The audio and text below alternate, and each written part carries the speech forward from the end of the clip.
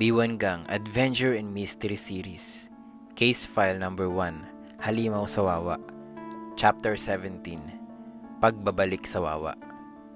Mabuti naman at nasunod ni Pancho ang bili ni Kiko na kailangang siya lamang at ang sasabihan nitong si Lolo Ute ang makakaalam sa muling pagbabalik nila roon kasama sina Mang Mike at Cabo Leon. Dahil sa lahat ng ayaw ng ama ni na Gino ay ang isang rekwa ng mga Uzi, ususero at ususera na aali-aligid sa kanila habang may ginagawa.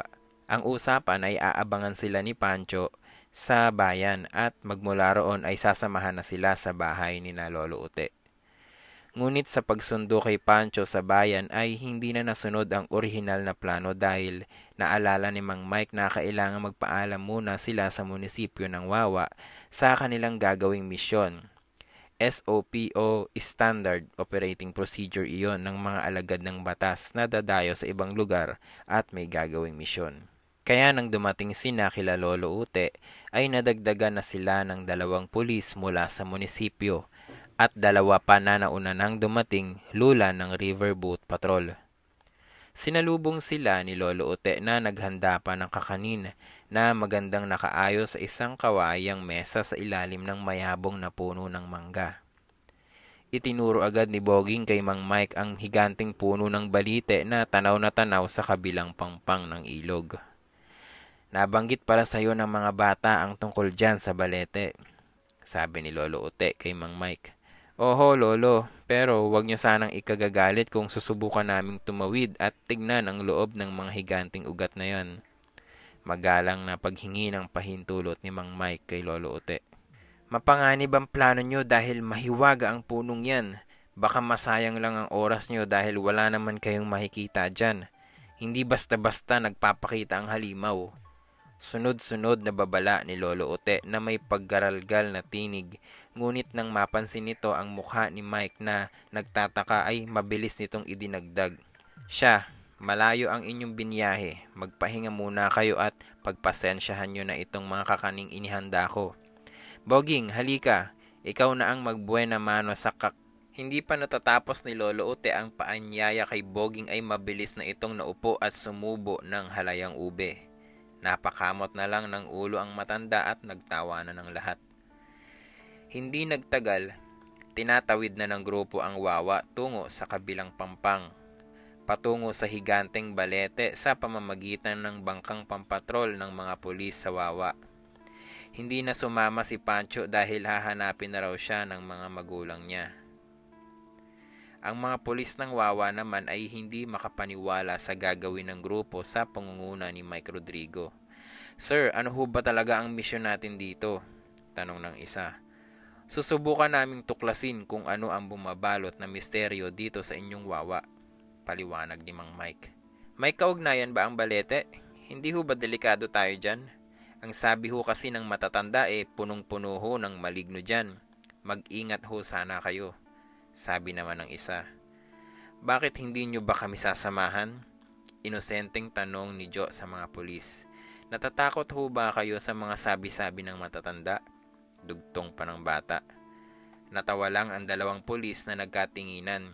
Sa isip nila tuloy para silang nakakantsawa ng bata dahil sa paniniwala sa mga sabi-sabi. Hindi naman iha, baka lang tumawag ang hepe namin. Natural hindi namin kayo iiwan hanggat hindi kami tinatawag ng headquarters. Paliwanag ng una. Sa tingin niyo ho ba'y aabutin tayo ng gabi? Tanong naman ng isang pulis kay Mang Mike. Posibleng abutin tayo ng kinabukasan. Sagot ni Mang Mike habang titig na hinahangaan ang tayo ng matandang punong balete. Nawari isang higanteng tao na lumulukob ang mga sanga na animoy na may mga galamay sa magkabilang pampang. Pagkarinig ng 2 pulis na posibleng abutin ng kinabukasan, ay nagkatinginan at namilog ang mga mata nito. Wari binalutan ng takot at pangamba. Saan ho kayo matutulog? Tanong ng pangalawang pulis.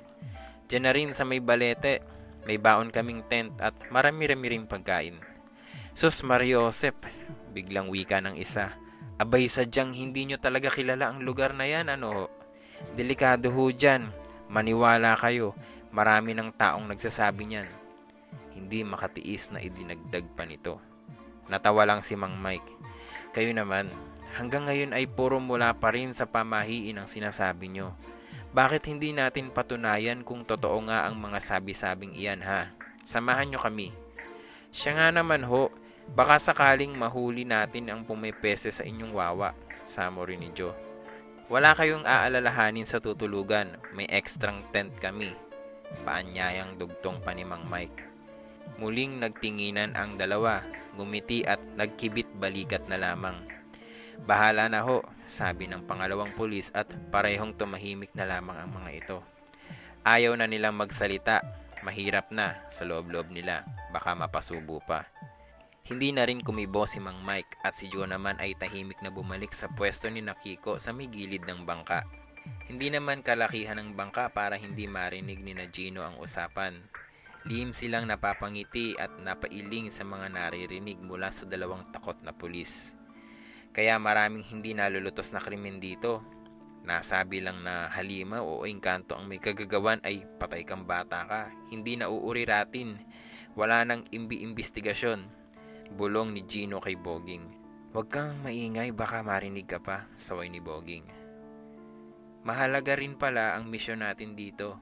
Kailangan may mahuli tayo kahit isang buhaya para mapatunayan sa mga taga rito na mali ang kinagisnan nilang paniniwala at sabi-sabi. Muling wika ni Gino na ngayon ay nasa mahinang tinig. Hindi naman lahat ng sabi-sabi ay talagang mali, singit ni Kiko. Hindi lang kasi nila naiintindihan ang tunay na dahilan kaya't pilit silang nag-iisip ng rason upang kahit papaano ay maipaliwanag ang mga nangyayari. Yun nga lang, kadalasan ay engkanto ang nagiging rason kapag wala nang maisip na rasyonal na dahilan. Sana pala ay hindi tayo pumalpak, anas ni Boging pagkatapos magpawala ng mahabang bugtong hininga. Hindi tayo papalpak, Boging, maniwala ka. Siguradong sigurado ako. Pasumpapang sabi ni Gino na tinapik-tapik pa ang malapad at malambot na likod ng kaibigan.